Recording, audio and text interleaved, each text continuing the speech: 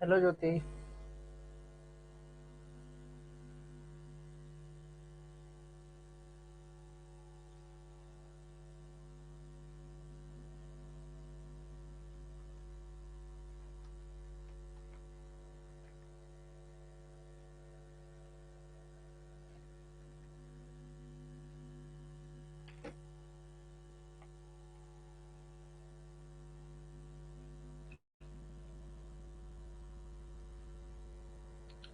लगता है सब आएंगे आराम से। शुरू करते हैं।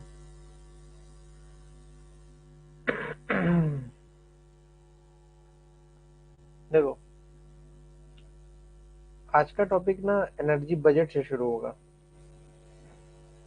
ओके, तो ये एनर्जी बजट क्या होता है और कैसे काम करता है, क्या प्रोसेस है, हाउ इट इज हैपनिंग, कितना परसेंटेज जाएगा, कितना परसेंटेज आएगा, ये सब इसमें हम डिटरमाइन करेंगे। किसमें? हमारे इस पोर्शन में। करेक्ट। तो देखते हैं क्या बोल रहा है। ठीक है, तो बोलता है the balance between the energy of the earth receives from the sun and the energy the earth loses back into the outer space। ये क्या होता है तुम्हारा? ये तुम्हारा एनर्जी बजट का आंसर है। मतलब energy incoming minus energy outgoing. ठीक है, ये तुम्हारा क्या होगा? एनर्जी बजट, या तो बोलो नेट एनर्जी, है ना। नेट एनर्जी का मीनिंग यही है। करेक्ट। तुम भी ऑनलाइन हो कि नहीं ज्योति? क्या तुम भी ऑन करके कहीं घूम रहे हैं क्या ज्योति?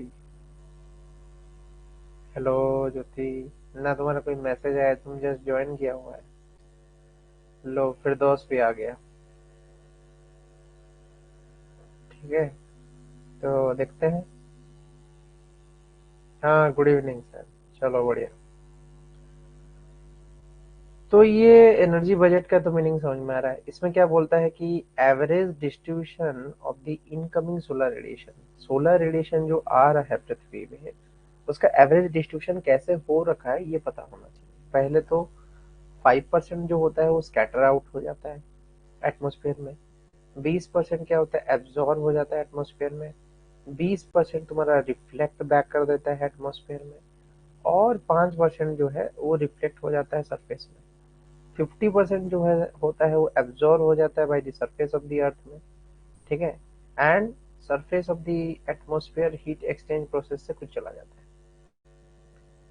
तो ये जो पॉइंटर्स यहाँ पे लिखे हुए हैं कि 5% स्कैटर होता है एटमोस्फेयर से, 20% एब्जॉर्ब होता है एटमोस्फेयर में, 20% रिफ्लेक्ट होता है एटमोस्फेयर में, 5% रिफ्लेक्ट होता है सरफेस से। ये पॉइंटर्स तुमको टेबलर फॉर्म में अरेंज करके याद करने होंगे। This is very much necessary कि ये तुमको अगर याद नहीं होगा तो इस क्वेश्चन को तुम नहीं बना पाओगे। ठीक है, इससे रिलेटेड कोई भी क्वेश्चन आएगा तुम नहीं बना पाओगे अनलेस तुमको पूरा कहानी नहीं पता होगा तो। ठीक है, समझ में आया? हाँ या ना? नितिन भी ज्वाइन किया। गुड इवनिंग सर जी। अच्छा, मेरी आवाज तो वैसे ही लेट पहुंचती है क्या नितिन? कहाँ रह गए थे? एनर्जी बजट पढ़ रहे हैं। ठीक है, energy incoming minus energy outgoing equal to energy budget, जो कि नेट एनर्जी निकाल के देता है तुमको। ठीक है, 5% उसमें से स्कैटर होता है, 20% एब्जॉर्ब होता है, 20% रिफ्लेक्ट होता है, 20% तुम्हारा सरफेस से रिफ्लेक्ट होता है, 20% तुम्हारा एटमोस्फेयर से होता है, 5% तुम्हारा सरफेस से, 50% जो होता है वो एब्जॉर्ब होता है by the surface of the earth. तो 50% जो इनकमिंग सोलर रेडिएशन आ रहा है वो एब्जॉर्ब हो जाता है कहाँ पे, सरफेस ऑफ द अर्थ पे। ये समझ में आ रहा है? अब देखो, अब बात करता है एवापोरेशन का। सरफेस में जो थर्मल एनर्जी है वो किन किन प्रोसेस से रिसाइकल हो रहा है। पहले तो एवापोरेशन। एवापोरेशन में क्या हो रहा है कि water एवापोरेट्स at the surface and then condenses to form clouds which releases latent heat। ठीक है, which releases latent heat। फिर क्या आता है, warm surface air will rise to higher altitude, जिसमें कंडक्शन एंड कन्वेक्शन प्रोसेस आता है। इसके बाद क्या आता है तुम्हारा, टेरेस्ट्रियल रेडिएशन। इसमें क्या हो रहा है कि due to increase in temperature the surface re-emits the infrared long wave radiations. जो है ये टेरेस्ट्रियल रेडिएशंस की वजह से आ रहा है। एवापोरेशन तो तुम बड़े अच्छे से समझ रहे हो। अगर वाटर बॉडी होगा कहीं पे भी सरफेस पे ऑफ द अर्थ पे, तो वो क्या होगा, आइदर इवेपोरेट कर जाएगा, नहीं तो वो कंडेंस कर जाएगा। बट एक चीज है कि कंडक्शन और कन्वेक्शन की जब वो बात करता है, warm surface air will rise to higher altitude. ये तो बहुत ही सिंपल है कि जो गर्म हवा है वो हायर एल्टीट्यूड की तरफ भागेगा, क्योंकि सरफेस गर्म होगा तो हायर एल्टीट्यूड की तरफ भागेगा जी। सिंपल सी बात है, नीचे में नहीं रहेगा, वो हायर एल्टीट्यूड की तरफ भागेगा। बट कुछ टेरेस्ट्रियल रेडिएशंस वगैरह भी हैं जो कि तुम्हारा डायरेक्टली अर्थ के सरफेस से रेडिएट हो रहे हैं। ठीक है, तो मैंने तुमको उस दिन पिछले क्लास में ही शायद एल्बेडो का कंसेप्ट पढ़ाया था। ठीक है, अब तुम में से कौन मेरे को बताएगा कि किस चीज का एल्बेडो कितना होता है?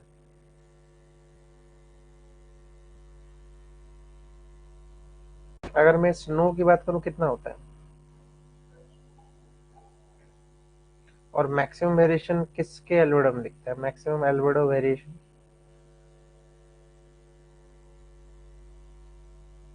मैक्सिमम एल्बेडो वेरिएशंस किस में दिखते हैं?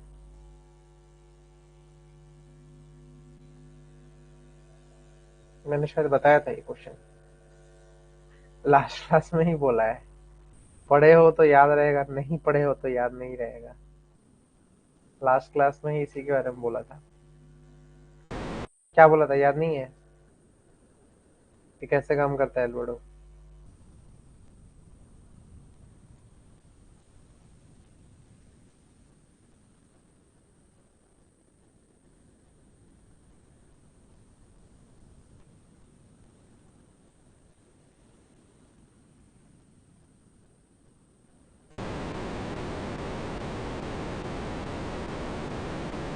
बताओ। Fresh snow highest. अरे वो सब ठीक है, बट कितना किसका परसेंटेज है वो बताना भाई। हाईएस्ट वाइटेस्ट तो मैं समझ गया, बट किसका कितना परसेंटेज है वो बताओ।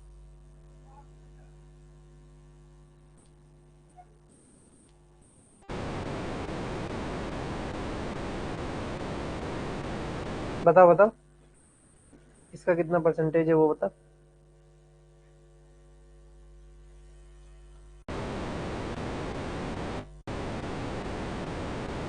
ओके, 0.2 से 0.5 तुम्हारा एल्बेडो है वाटर का। बट मैं कुछ और पूछ रहा हूँ तुमको।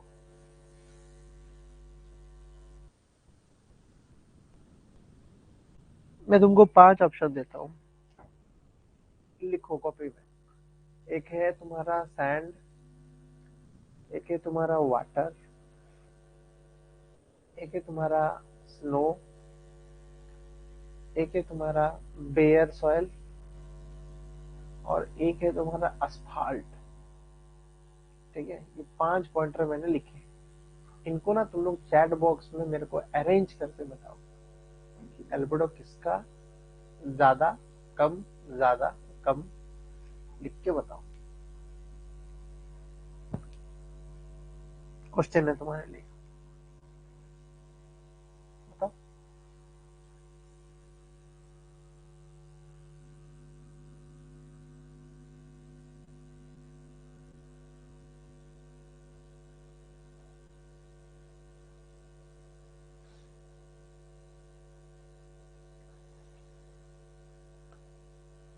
अरे ऐसे नहीं फिरदौस, मेरे को greater than less than symbol लिख के बता।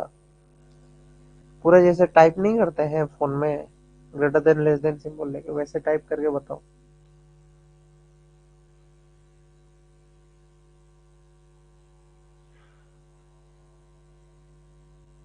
पहले तो ऑप्शंस लिखो मैंने जो जो पूछे हैं।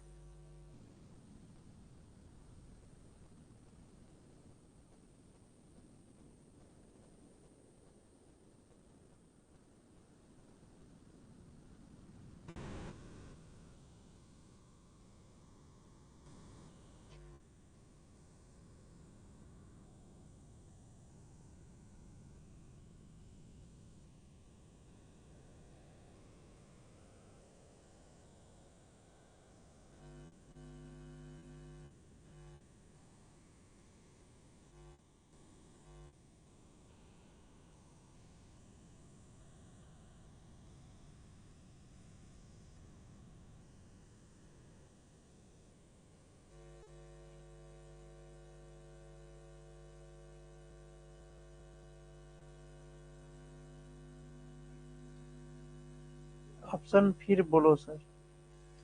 लिखो फ्रेश नो, asphalt, soil,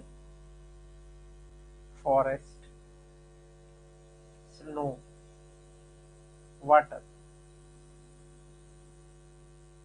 ऐसा कर दिया है मैंने ऑप्शंस। क्या होगा आंसर? देखो सिर्फ पढ़ लेना, सिर्फ क्लासेस कर लेना, रिकॉर्डेड लेक्चर देख लेना, इन सबसे कुछ नहीं होना है। क्वेश्चन के आंसर्स भी देना आना चाहिए, तभी हो पाएगा।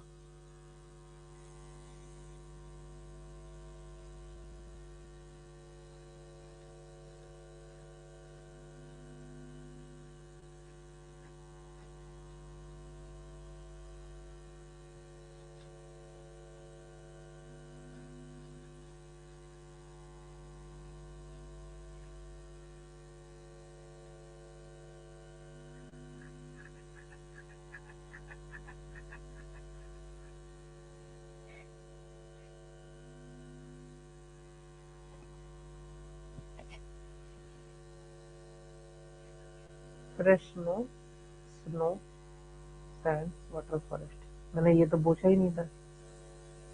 मैंने कुछ और एग्जांपल दिए, तुम गलत बता रहे हो।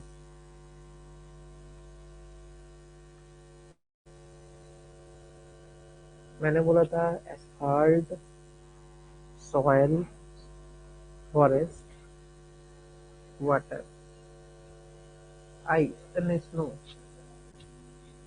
इनको एनएच करना बोला था। सुन नहीं रहे हो क्या फिर दोस्त? लगता है क्लास में अटेंटिव नहीं हो। बाकी लोग क्या चुप बैठोगे क्या? ज्योति आंसर क्यों नहीं देता है किसी भी चीज का, मेरे को नहीं समझ में आता है। लीड लेके आंसर ही नहीं देता है, कभी भी आंसर नहीं देता है ज्योति। क्या है ज्योति?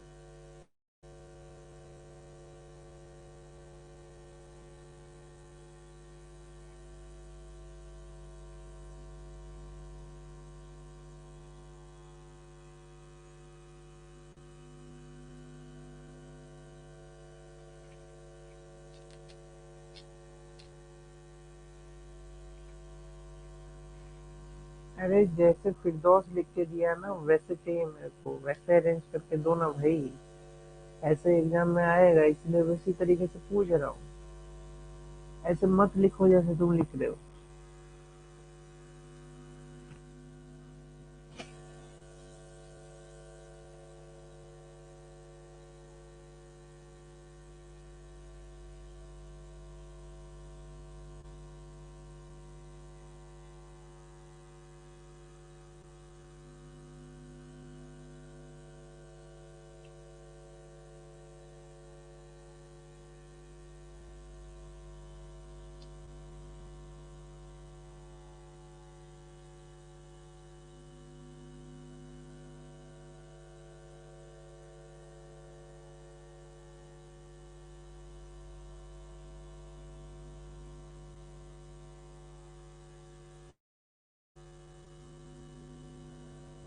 इस टाइम में बिल्कुल भी पढ़ ही नहीं पा रहे।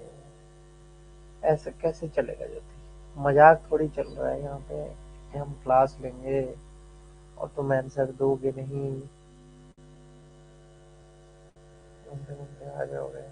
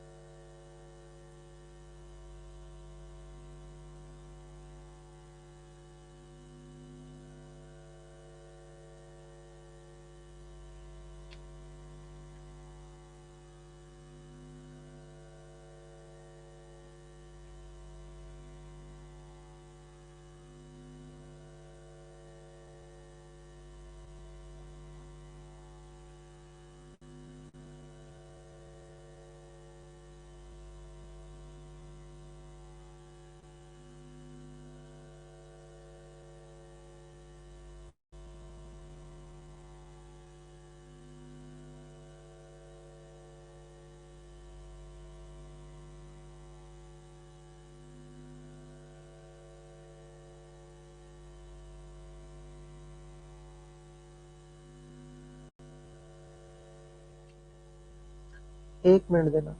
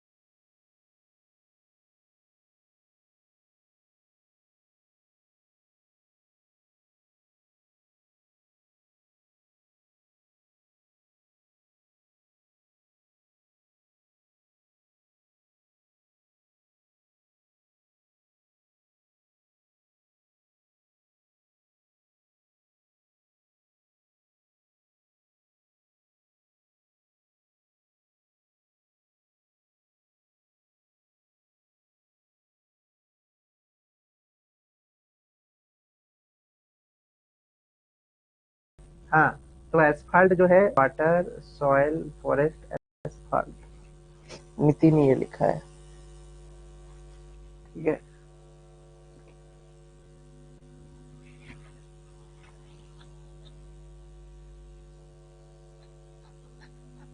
सर, एसफाल्ट वाटर में कंफ्यूजन है। ओके, कंफ्यूजन क्या है उसमें? कंफ्यूजन क्या है भाई?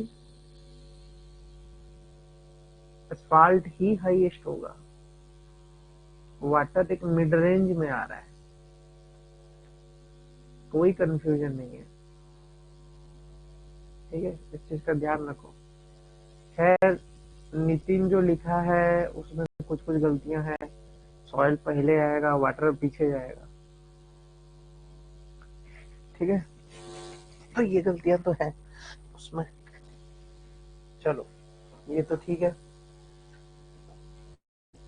क्वेश्चन हो गया ये वाला।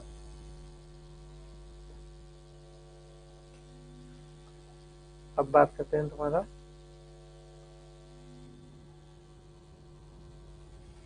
इनकमिंग शॉर्टवेव के बारे में। इनकमिंग शॉर्टवेव क्या है तुम्हारा? The total amount of energy received पर second at the top of the Earth's atmosphere TOA is measured in watts and is given by solar constant। ठीक है, the value of the constant जो है is approximately 1.36 kilowatt पर square metre. इसका meaning समझो, पूरे पृथ्वी की बात करते हैं। ये अगर पृथ्वी है, तुम मान के चल रहे हो, ठीक है, और यहाँ पे सन है, ठीक है, तो सन की जो रोशनी पड़ती है एटमॉस्फेयर में, top of the atmosphere टीओए,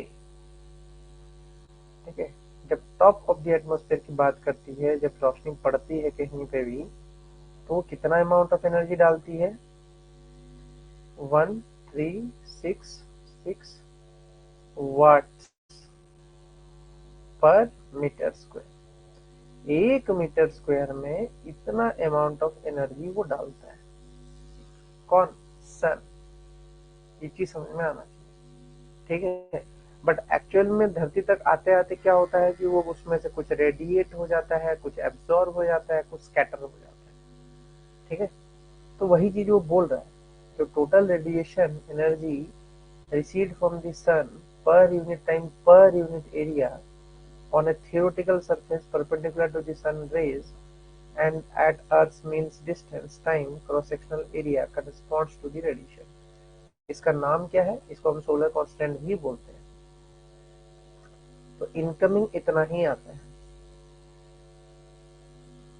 correct. Incoming जो है वो इतना ही आता है, ठीक है।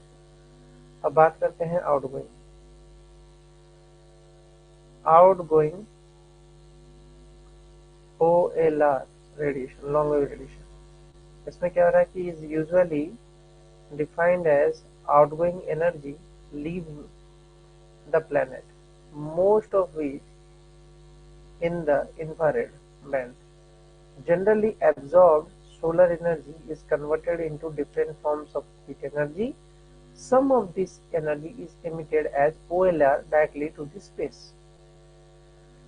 तो यहाँ पे अगर हम बात करें incoming solar energy, incoming solar energy कितना है? 100% है। जब वो पृथ्वी पे आ रहा है 100% आ रहा है। जब पृथ्वी पे सरफेस को टच करता है तब क्या होता है? वो 51% ही एब्जॉर्व कर पाता है। क्यों 51% एब्जॉर्व करता है? क्योंकि 6% जो है वो रिफ्लेक्ट हो जाता है एटमॉस्फेयर में, 6%, ठीक है। 20% जो होता है वो क्लाउड से रिफ्लेक्ट हो जाता है, ठीक है। Reflected from the earth surface, कुछ और एनर्जी है जो अर्थ सरफेस पे पहुंचने से पहले ही रिफ्लेक्ट हो जाते हैं। तो 6, 20, 4% हो गए कितने? 30। ये तीनों मिला के हो गए 30%, ठीक है। कुछ एटमॉस्फेयर खुद ब खुद एब्जॉर्व कर लेता है, वो कितना है? 16%। एटमॉस्फेयर एब्जॉर्व करता है 16%, क्लाउड्स एब्जॉर्व करते हैं 3%, ठीक है। 16 3 कितना हुआ? ये तुम्हारा 49%, ठीक है। तो 49% जब यहाँ पे एब्जॉर्व हो जा रहा है पृथ्वी में पहुंचने से पहले, तो 51% ही ना एब्जॉर्व होगा भाई लैंड सरफेस के द्वारा, ठीक है। वो जो 59% एब्जॉर्व होता है उसमें से भी कितने बाहर जाते हैं? 64% बाहर चला जाता है, 6% बाहर चला जाता है, ठीक है। तो जो प्लानिटरी एल्बिडो है वो 30% मान के चला जाता है, ठीक है। अगर मैं बात करता हूँ 64% अपॉन 6%, तो कितना हो रहा है? 70%, ठीक है। 70% एनर्जी जो है वो रेडिएट बैक कर रही है। तो पृथ्वी से निकलने वाली 70% है, एल्बेडो कितना है 30%, 100 माइनस 70 दैट इज 30, वही तुम्हारा आंसर बनता है।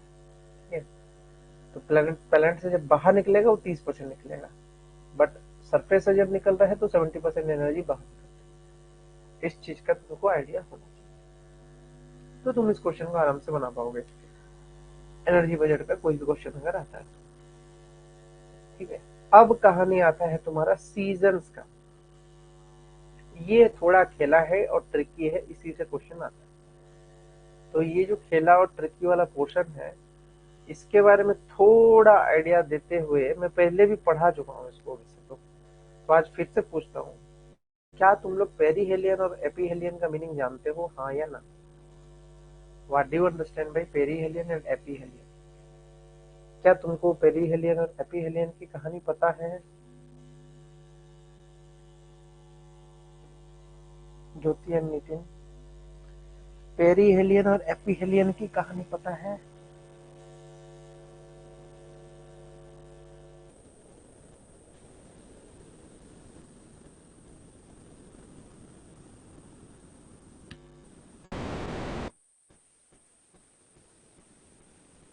यस, तो बताओ।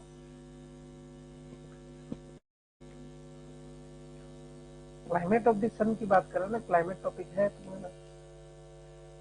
क्लाइमेट ऑफ द अर्थ कैसे काम करता है वो पता होना चाहिए ना, उसी के बारे में बताओ।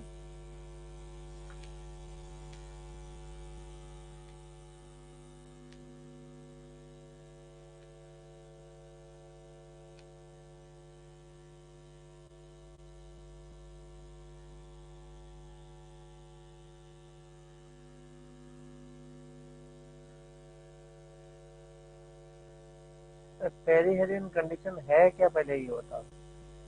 तुम ये तो बता रहे हो कि वो जनवरी 2 में होता है, बट ये कंडीशन है क्या वो बताओ ना। वही नहीं बताओगे तो क्या फायदा।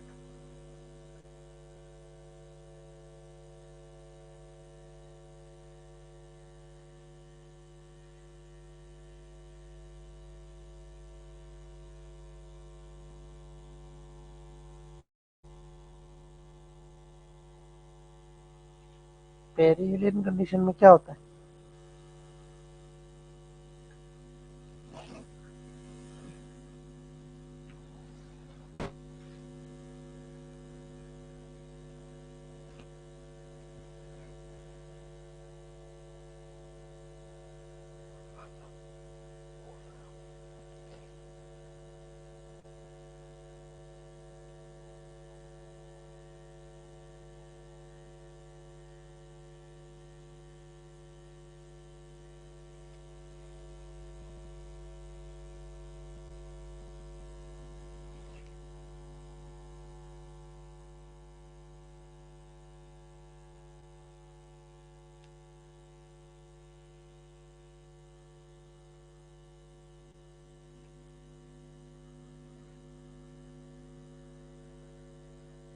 हम्म,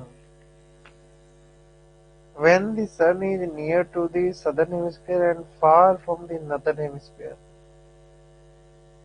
When sun is near to the southern hemisphere and far from the northern hemisphere, तो उस कंडीशन में पेरिहेलियन होता है।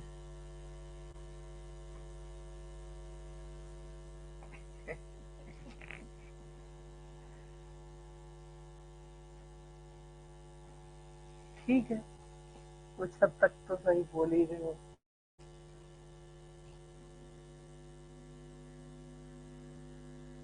एक चीज बताओ, सन पास होता है या सन का रेज पास होते हैं?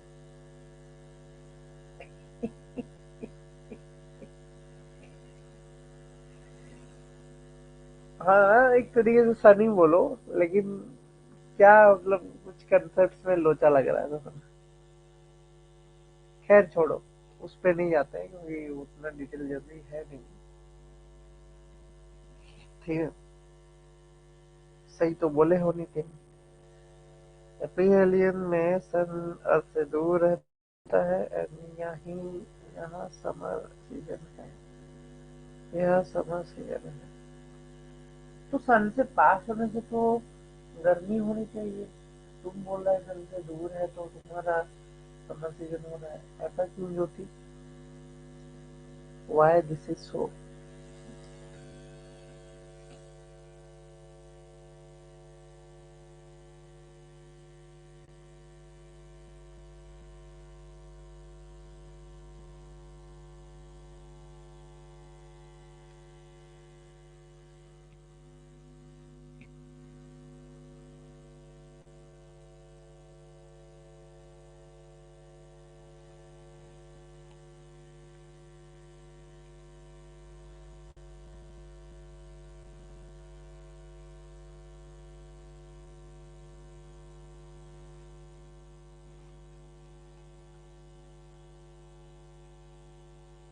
ऐसा क्यों?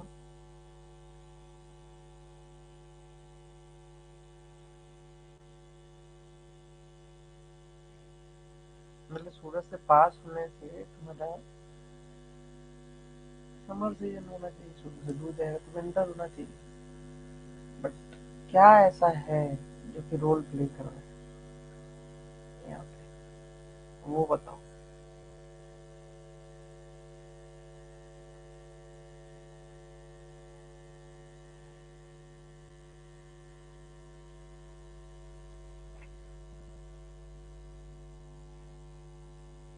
ये सब पूछा हुआ है, इसीलिए तुम लोग से कंसेप्ट रिपीट करवा रहा हूँ।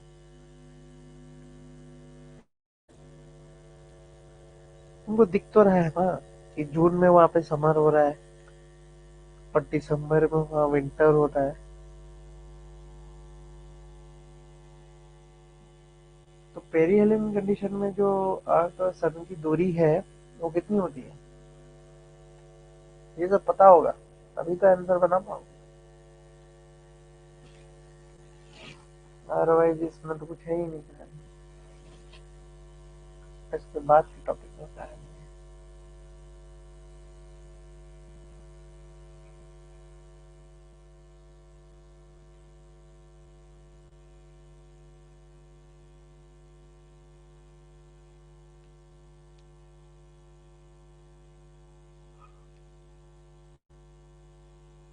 बताओ।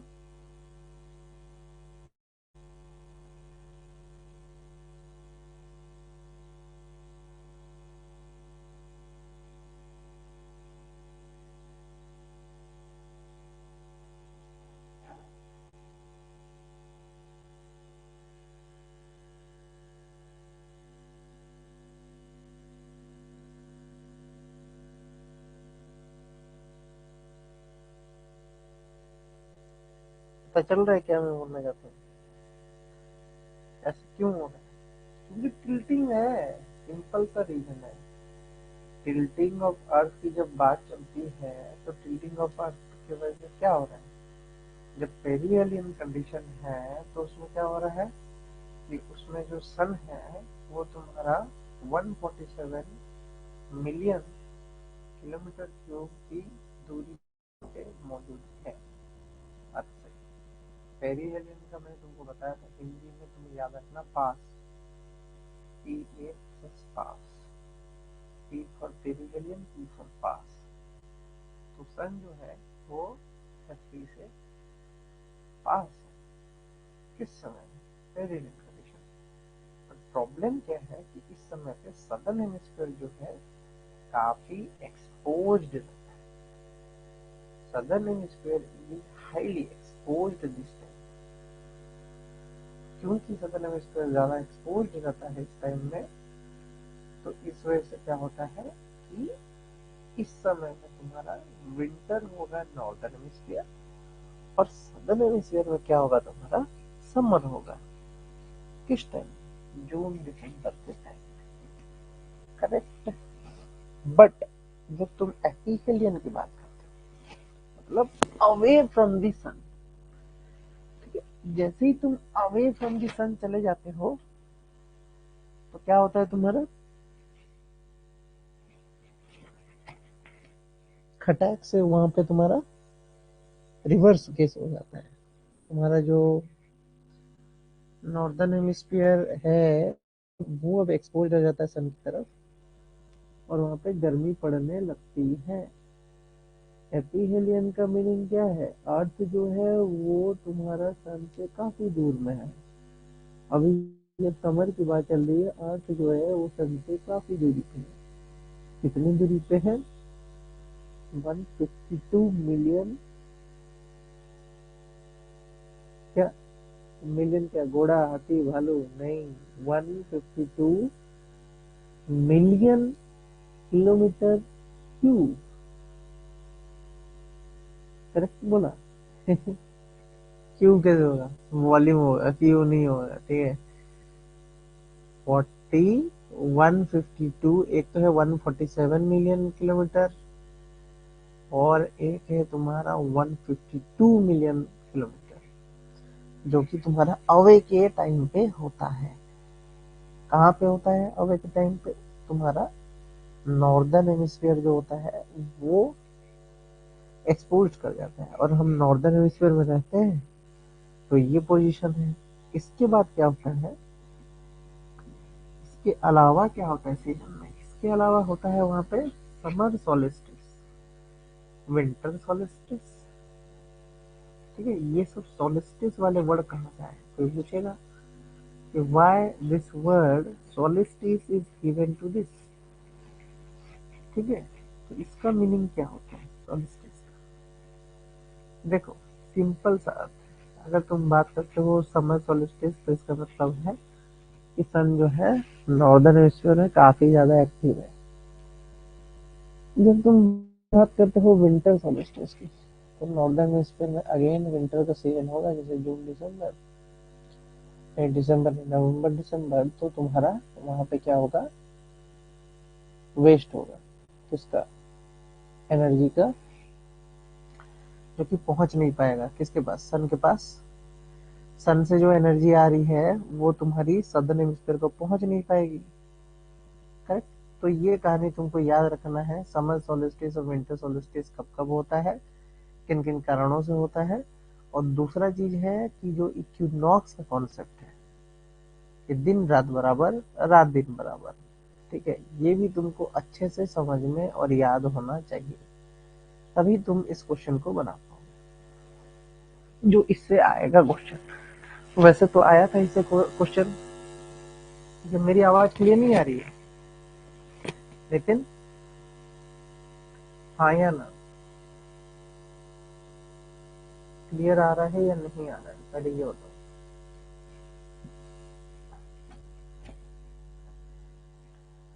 अभी बिल्कुल क्लियर नहीं आ रही है?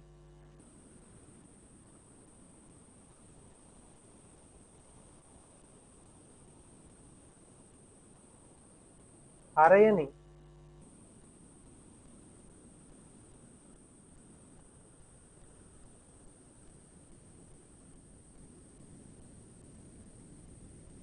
अब आ रही है? चलो, तो इसको वापस नहीं बताऊंगा क्योंकि ये इजी टॉपिक है और फालतू का इसमें इतना डिस्कशन करने की जरूरत नहीं है। ठीक है, ये तुमको पता ही है कि मतलब यहाँ से क्या हो रहा है, यहाँ से क्या हो रहा है, ये तुमको पता है ना।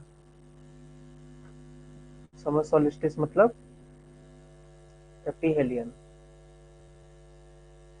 ठीक है, विंटर सोलिस्टिस मतलब पेरीहेलियन। ठीक है, और ज्यादा कुछ नहीं है इसमें। और क्या है तुम्हारा इसमें? डिस्टेंस। पेरीहेलियन मतलब 147 मिलियन किलोमीटर। इसमें क्या आएगा? 150 मिलियन किलोमीटर। करेक्ट? तो ये तुमको बताने की जरूरत नहीं है। क्या सीजन्स कैसे बनते हैं? सीजन्स ओनली तुम्हारा टिल्टिंग ऑफ अर्थ की वजह से बनता है। Tilting of earth.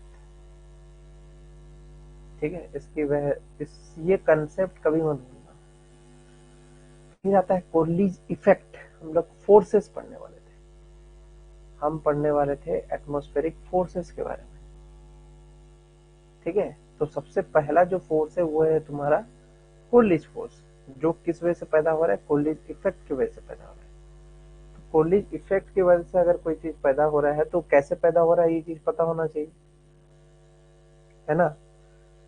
तो इसका बताओ कि कोलिज फोर्स जो है वो कैसे एक्ट करता है, हाउ कोलिज फोर्स एक्ट्स। एक राइट हैंड साइड डायरेक्शन, एक ऐसे लेफ्ट हैंड साइड डायरेक्शन, ठीक है। एक राइट में घूमता है, एक लेफ्ट में घूमता है, उस वजह से तुम्हारा कोलिज फोर्स क्रिएट होता है।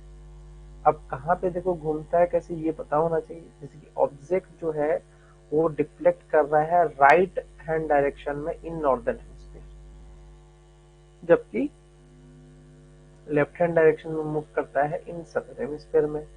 अब ऐसा क्यों होता है, क्योंकि रोटेशन ऑफ अर्थ जो है वो इसी प्रोसेस को करा रही है। कि देखो तुम जब ये अगर हम बात करते हैं कि अगर अर्थ जो है वो ऐसे रोटेट कर रहा है, ठीक है, तो ये जो ऑब्जेक्ट होगा, सपोज करो कि ये ऑब्जेक्ट होगा,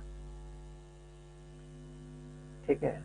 मैं अगर बात करता हूँ यहाँ पे एक ऑब्जेक्ट है, वो ऑब्जेक्ट जो है वो ऐसे मुड़ जाएगा। जब ये ऐसे पीछे घूम जाएगा तो ये मुड़ जाएगा, और ये ऐसे मुड़ जाएगा, ये ऐसे मुड़ जाएगा हवा, ये ऐसे मुड़ जाएगा हवा। सदर्न हेमिस्फीयर में ऐसे घूमेगा, नॉर्दर्न हेमिस्फीयर में ऐसे घूमेगा। तो इस मोशन को क्या बोलते हैं ये भी पता होना चाहिए। नॉर्दर्न हेमिस्फीयर में तुम्हारा क्या हो रहा है, ये क्लॉकवाइज या तो राइट हैंड डायरेक्शन,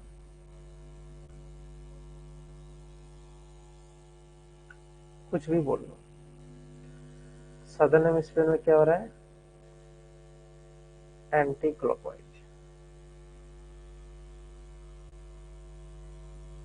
तो इसमें क्या हो रहा है, left hand direction, left hand direction, right hand direction. बड़ा ही सिंपल है, ज्यादा कुछ कहानी नहीं है। तो ये जो कोलिज फोर्स है, इसमें हो क्या रहा है, अगर फॉर्मूला के बेसिस पे देखें तो 2 ओमेगा वी साइन लैटिट्यूड जो होता है वो तुम्हारा कोलिज फोर्स होता है, जिसमें कि जो ओमेगा होता है वो रोटेशन रेट है आपका, जिसकी वैल्यू है 7.29 इंटू 10⁻⁵। बट फिर बात आती है कि कहाँ पे कोलिज फोर्स सबसे ज्यादा पाया जाएगा, क्योंकि तुमको साइन थीटा की अगर वैल्यू पता होगी तो साइन 0 डिग्री जो होता है वो 0 होता है, और साइन 90 डिग्री जो होता है उसकी वैल्यू होती है 1। तो मैक्सिमम कोलिज फोर्स कहाँ दिखेगा, जहाँ पे तुम्हारा साइन थीटा का वैल्यू ज्यादा होगा, ठीक है। और मिनिमम फोर्स कहाँ दिखेगा, वो तो 0 होते ही दिखेगा। तो 0 एक ही जगह में हो सकता है तुम्हारा साइन के द्वारा, दैट इज साइन 0 डिग्री, ठीक है। तो इस चीज का आइडिया तुमको होना चाहिए कि कहाँ पे कितना डिग्री बनाने से क्या आंसर बन के आएगा, ठीक है। ये चीज क्लियर रखना अपने दिमाग में कि कोलिज फोर्स कैसे एक्ट करता है, क्या कहानी है, किस वे से वो आगे बढ़ता है, ये सब चीजें पता होना चाहिए तुमको, तभी तुम इस क्वेश्चन के आंसर को बना पाओगे। करेक्ट। अब चलते हैं तुम्हारा next term, pressure gradient force. अच्छा, इस सबको प्रेशर ग्रेडियंट फोर्स को बताने से पहले तुमको लैंड ब्रिज और सी ब्रिज का कंसेप्ट समझाएगा, कोई मेरे को बताएगा हाउ लैंड ब्रिज और सी ब्रिज जो है वो एक्ट करते हैं, कैसे करते हैं, ये बताओ।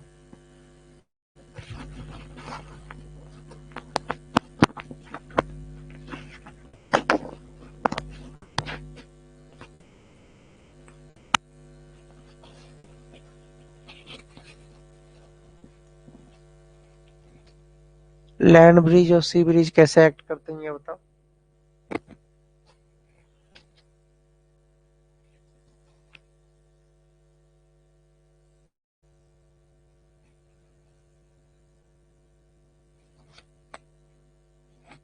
बताओ।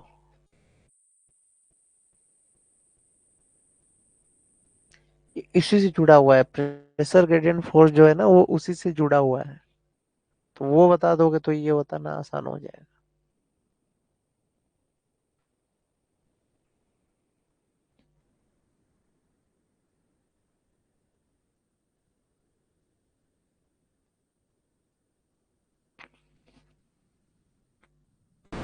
सब पढ़ा है। लैंड ब्रिज सी ब्रिज क्या होता है?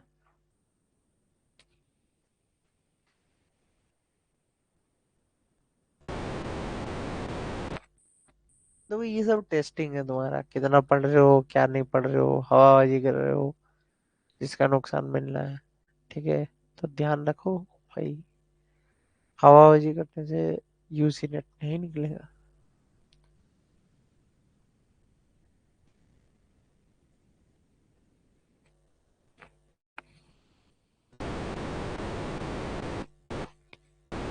Land bridge happen in a day time.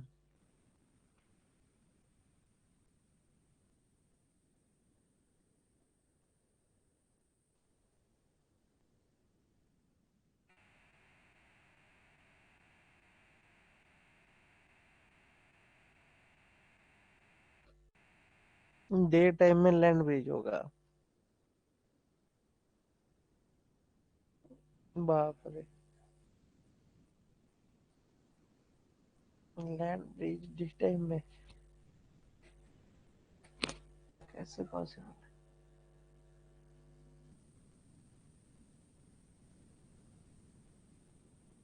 हो भी सकता है, but how is it possible?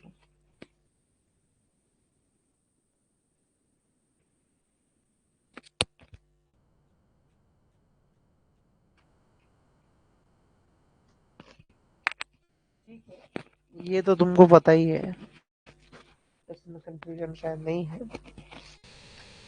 But ये जो फिगर तुमको दिया है इसमें कुछ समझ में आ रहा है? क्या दे रखा है, हाँ या ना, यस और नो लिखो।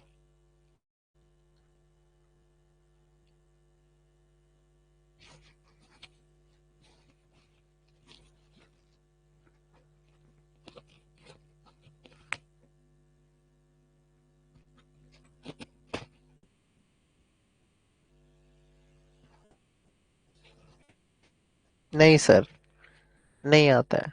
करेक्ट। देखो, ये वही चीज लैंड ब्रिज सी ब्रिज वाला है। जैसे कि मैंने समझाया था तुमको कि दिन में जो होता है पानी लेट से गर्म होता है। करेक्ट। जमीन जो होता है वो तेजी से गर्म होता है। तो जमीन क्योंकि ऊपर एवापोरेट कर जाएगा उसके ऊपर का हवा, तो उसको भरने के लिए कौन सी तरफ से हवा आएगी? तुम्हारी सी साइड से आएगी। ठीक है। और नितिन तुम क्या लिखो? Land bridge happened in day time. अब बताओ गलत लिखी हो या सही लिखी हो?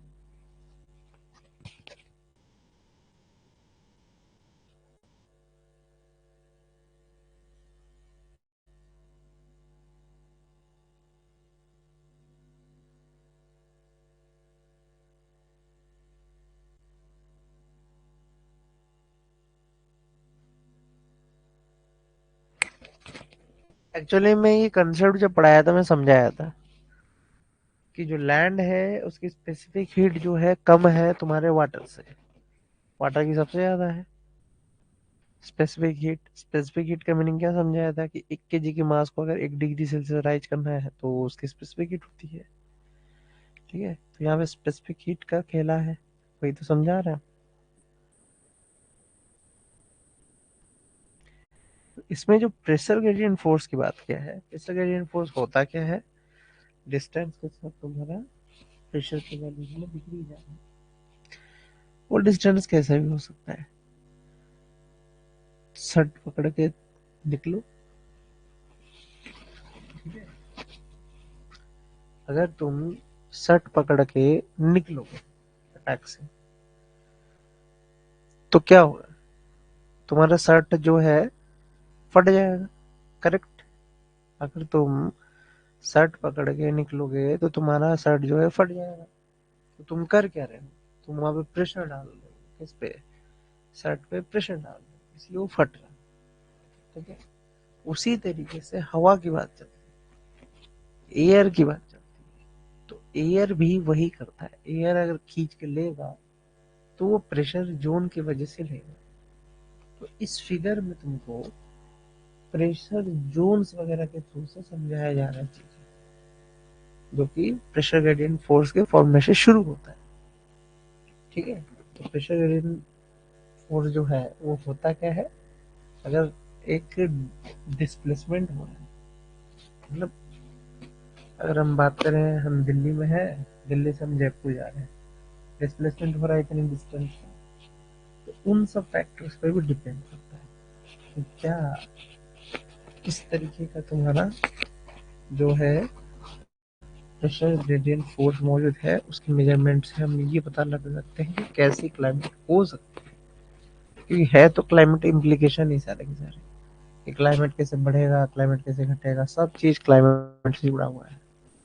करेक्ट, तो ये भी एक काम है जो तुमको समझना चाहिए। ठीक है, कि लैंड ब्रिज और सी ब्रिज का जो कॉन्सेप्ट है उसमें गलती मत करो। फिर समझा रहा हूँ, लैंड को सी बता रहे हो, सी को लैंड बता रहे हो। ठीक है, वो गलती नहीं करने का एग्जाम में। तो प्रेशर ग्रेडियंट फोर्स का फिर फॉर्मूला क्या है, कोई पूछेगा? कुछ नहीं, वहाँ का जो बेसिक फॉर्मूला है वो क्या होता है, force equal to mass into acceleration. ठीक है, फोर्स अपन एरिया क्या होता है, प्रेशर होता है।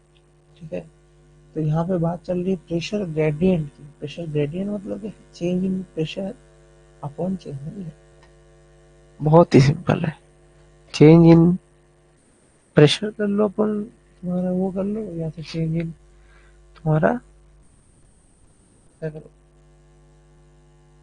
तुम्हारा जो प्रेशर है वो कैसा बनेगा। ठीक है, अगर स्क्वीज्ड होगा, सपोज करो कि दो आइसोबार तुम्हारे स्क्वीज्ड है, तो इसका मीनिंग है कि उनका जो प्रेशर ग्रेडियंट है वो स्ट्रॉन्ग है। ये चीज याद रखना, क्योंकि उसका भी रीजन है, उसका भी रीजन है, बताता हूँ। जैसे कि मैं बात करता हूँ 2 और 3 दोनों एक दूसरे के पास है, अगर वही पे बोलूंगा 2 और 10, ठीक है 10 तो काफी दूर है, तो 10 के सिस्टम में अगर बैठेगा ही नहीं, सिर्फ 2 के सिस्टम में बैठेगा काम, तो क्या होगा, वो उसका ज्यादा पावरफुल होगा। ठीक है, वही तुम्हारा हो रहा है इसमें, किसमें, प्रेशर ग्रेडियंट फोर्स में। ये अगर उसके आइसोबार जो है, आइसोबार का भी तो मीनिंग समझ रहे होगे, सेम प्रेशर का एरिया, अगर उसमें तुम्हारा दिख रहा है कि नहीं यहाँ पे अब खत्म हो गया है, ये काम हो गया, वो काम हो गया, ठीक है, तो उससे वो पता चल जाएगा क्या प्रेशर है या नहीं है सिस्टम। करेक्ट, तो यहाँ पे तो उल्टा लिखा गया है, क्या लिखा गया है उल्टा, क्या उल्टा लिखा हुआ है लेकिन,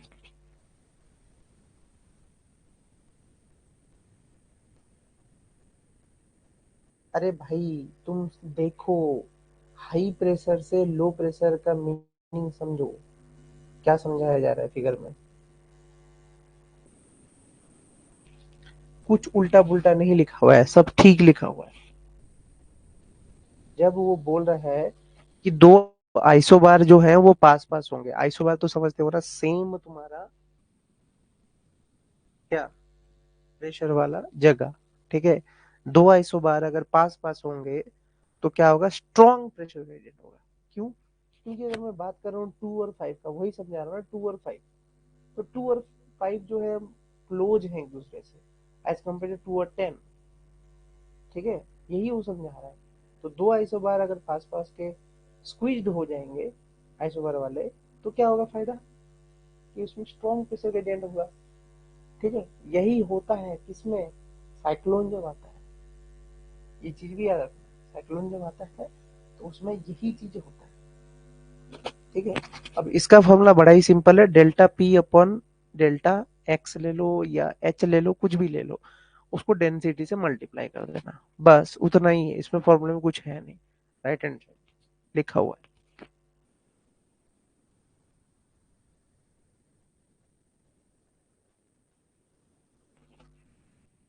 लेकिन जो एक्चुअल विंड होता है वो हर तरीके के चीजों का बैलेंस होता है।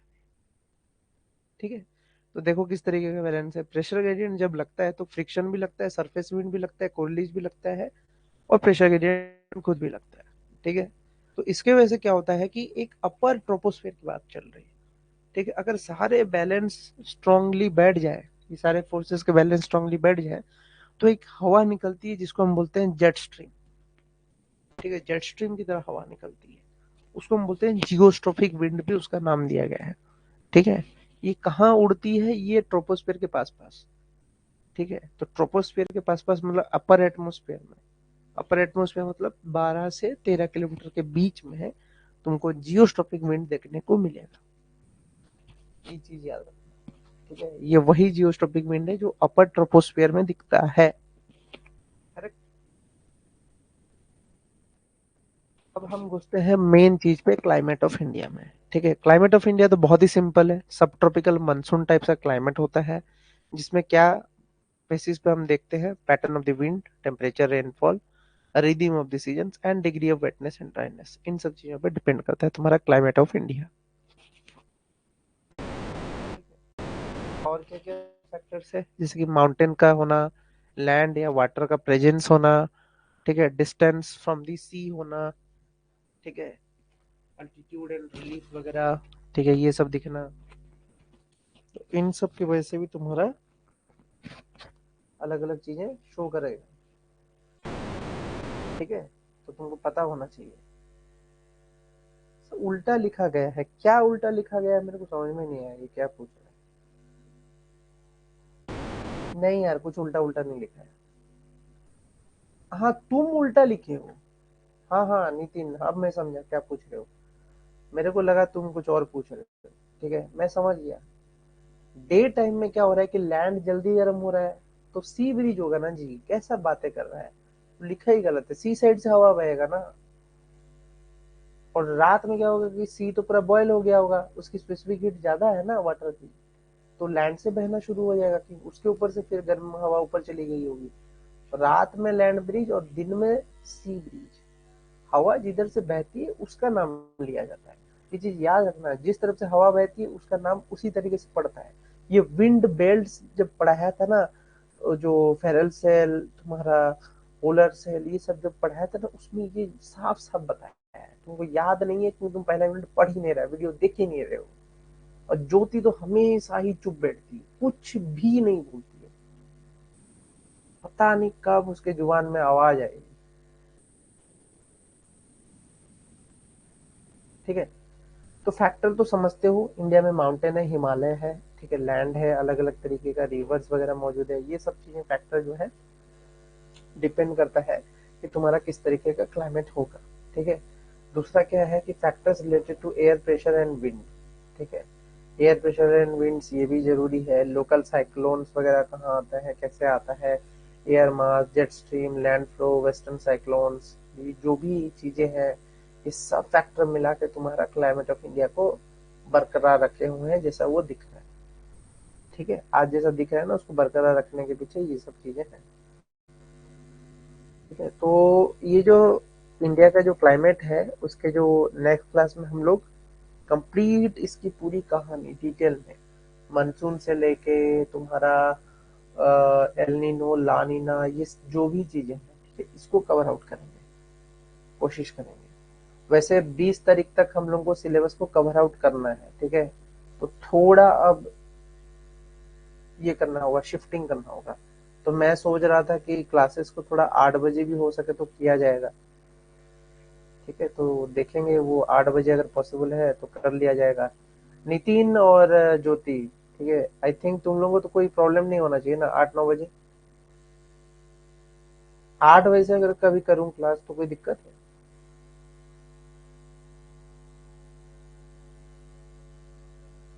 क्या नितिन, एनी प्रॉब्लम?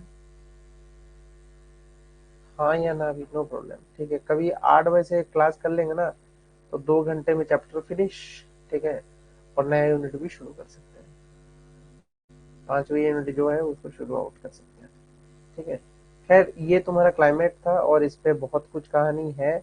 मॉनसून है, एल नीनो, ला नीना है, वो सब खत्म करके सॉइल ओरिजिन्स वगैरह भी कंप्लीट कर ही दूंगा, उसी दिन कंप्लीट कर दूंगा, कल ही। ठीक, कल कोशिश कर रहा हूँ, कल अगर क्लास कर सकूँ तो क्लास भी क्लास कर लेंगे।